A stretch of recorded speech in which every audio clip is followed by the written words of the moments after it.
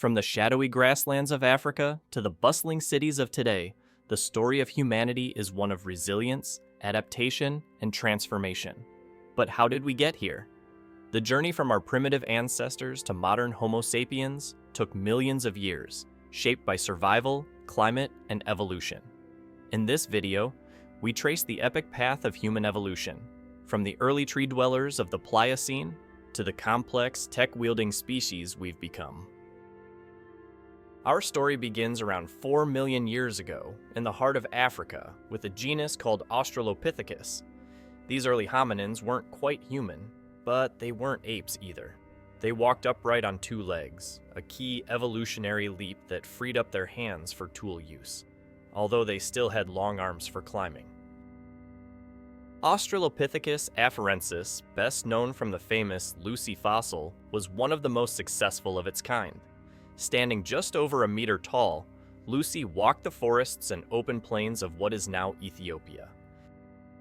Around 2.4 million years ago, a new kind of hominin appeared, Homo habilis. Often called the handyman, Homo habilis marks the beginning of the Homo genus, the same genus modern humans belong to. Homo habilis had a larger brain than Australopithecus, about 50% bigger, which enabled more complex thinking and social behavior. They crafted simple stone tools, known as Oldowan tools, to scrape meat, cut plants, and crack open bones. This was a turning point in our evolution, the first evidence of a species actively modifying their environment to survive. It wasn't just survival of the fittest, it was survival of the smartest. Then came Homo erectus, one of the most successful hominin species in history. They lived for nearly 2 million years and were the first to migrate out of Africa. Homo erectus had longer legs and a modern human-like body structure, ideal for long-distance walking and running. They used more sophisticated tools, hunted in groups, and, perhaps most critically, mastered fire. Fire changed everything. It provided warmth, safety, cooked food, and a place to gather. It may have even fueled brain growth by allowing easier digestion and more calories. By about 700,000 years ago, Homo heidelbergensis evolved from Homo erectus. They were stronger, more intelligent, and began to show signs of organized hunting and even rudimentary shelter building. Homo heidelbergensis is believed to be the common ancestor of both Neanderthals in Europe and Homo sapiens in Africa. This species bridged the gap between archaic humans and the modern human lineage. In Europe, one of their descendants took an icy path of evolution, Neanderthals.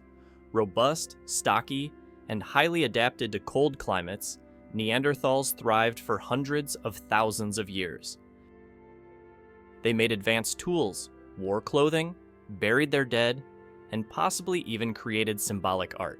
Far from brutish, they were intelligent and compassionate beings, our evolutionary cousins, not failures. Meanwhile, in Africa around 300,000 years ago, Homo sapiens emerged. With a lighter build, larger brain-to-body ratio, and unprecedented cognitive ability, they would eventually change the world. They painted cave walls, made jewelry, and developed language, tools for abstract thinking and connection. These weren't just survival traits, they were cultural revolutions. About 60,000 years ago, Homo sapiens began their great migration out of Africa, eventually populating every continent except Antarctica. This was the true global expansion of our species. As Homo sapiens spread across the globe, they encountered other human species, like Neanderthals in Europe and the Denisovans in Asia. Rather than complete replacement, genetic evidence suggests something more intimate, interbreeding. Today, many people of European and Asian descent still carry traces of Neanderthal and Denisovan DNA. This ancient mixing may have helped early humans adapt to harsh new environments. Meanwhile, other human species like Homo floresiensis and Homo naledi quietly disappeared, outcompeted by Homo sapiens' ingenuity and cooperation. By 10,000 years ago, we were the only surviving human species left on Earth. Around 70,000 years ago, something remarkable happened, known as the cognitive revolution. Humans began thinking symbolically, telling stories, and organizing in complex ways. This shift allowed Homo sapiens to form larger, more coordinated groups. Through shared myths, belief systems, and identities, we began shaping not just nature, but society.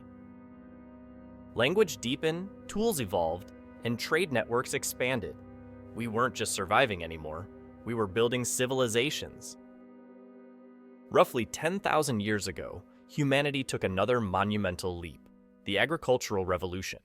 Instead of hunting and gathering, we began to cultivate crops and domesticate animals. This shift allowed permanent settlements to flourish. Villages grew into cities, tribes evolved into kingdoms, and eventually, civilizations arose. With surplus food came new social structures: leaders, priests, warriors, and workers. Humans invented writing, built monuments, and began recording history. Fast forward a few thousand years, and Homo sapiens launched rockets, split atoms, and created artificial intelligence. We've extended our reach beyond Earth, into the cosmos, yet we still carry the DNA of those who walked barefoot across the savannah. What separates us from our extinct cousins isn't just our tools, language, or even our brains. It's our ability to imagine, to cooperate in millions, and to rewrite the very world we live in. But evolution doesn't stop. It never did. Even now, we are still changing, through culture, technology, and perhaps even genetics. The story of human evolution is not just one of the past, it's an ongoing epic, and we are the next chapter.